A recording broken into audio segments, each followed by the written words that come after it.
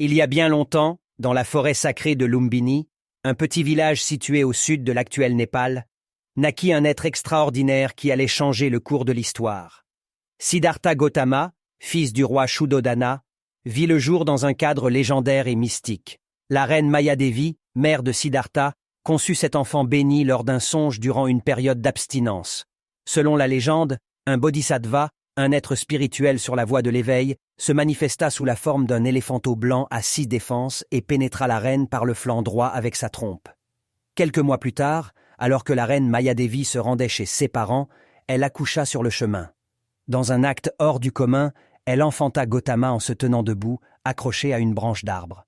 La semaine suivant sa naissance, la reine décéda, comme le voulait la destinée. Un ventre qui a porté un bodhisattva ne peut être occupé par quelqu'un d'autre, tel était le destin de cette reine bénie.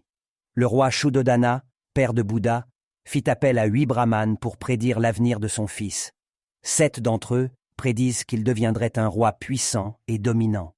Mais le 8e brahmane, lui, reconnut en Gautama le futur Bouddha, celui qui s'éveillerait à la vérité ultime. Cependant, le roi ne souhaitait pas que son fils embrasse une voie spirituelle.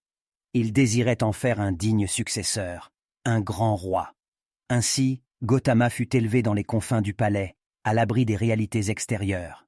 Les premières années de la vie de Gautama furent consacrées à son éducation, ainsi qu'à l'apprentissage des arts guerriers selon les traditions hindouistes. Il se maria à l'âge de 16 ans et eut même un fils. Sa vie semblait toute tracée, enfermée dans les murs dorés du palais. Pourtant, un jour, Gautama décida de s'aventurer hors du royaume. Il fit une découverte bouleversante qui allait marquer le tournant de sa vie. Il rencontra les 4 spectacles, la vieillesse, la maladie, la mort et la sagesse.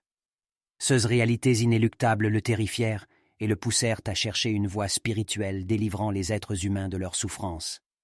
Gautama rejeta son héritage royal, abandonna sa vie aisée, sa famille, et se consacra à une existence d'ascète. Entouré de compagnons épris de spiritualité, il pratiqua l'austérité et la méditation, cherchant la vérité au plus profond de lui-même. Pendant 6 longues années, Siddhartha s'adonna à l'ascétisme, suivant les enseignements de grands maîtres spirituels.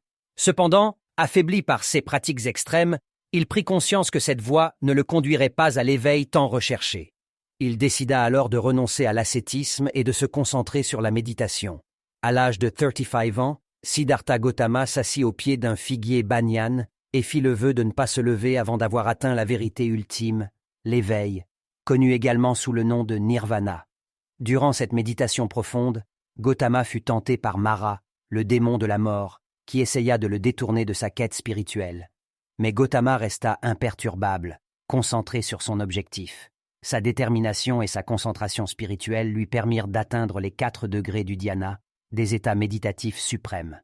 Au premier échelon, il atteignit l'indifférence des sens, puis au second, la concentration totale de l'esprit, accompagnée d'une sensation de joie et de bonheur. Au 3e stade, seule la sensation de bonheur demeura. Et enfin, en franchissant le 4e degré, Gautama atteignit l'état de suprême pureté où il découvrit l'origine de toute souffrance. Siddhartha Gautama annonça alors avoir atteint le nirvana, la compréhension ultime de la nature de la souffrance humaine et les moyens de la transcender.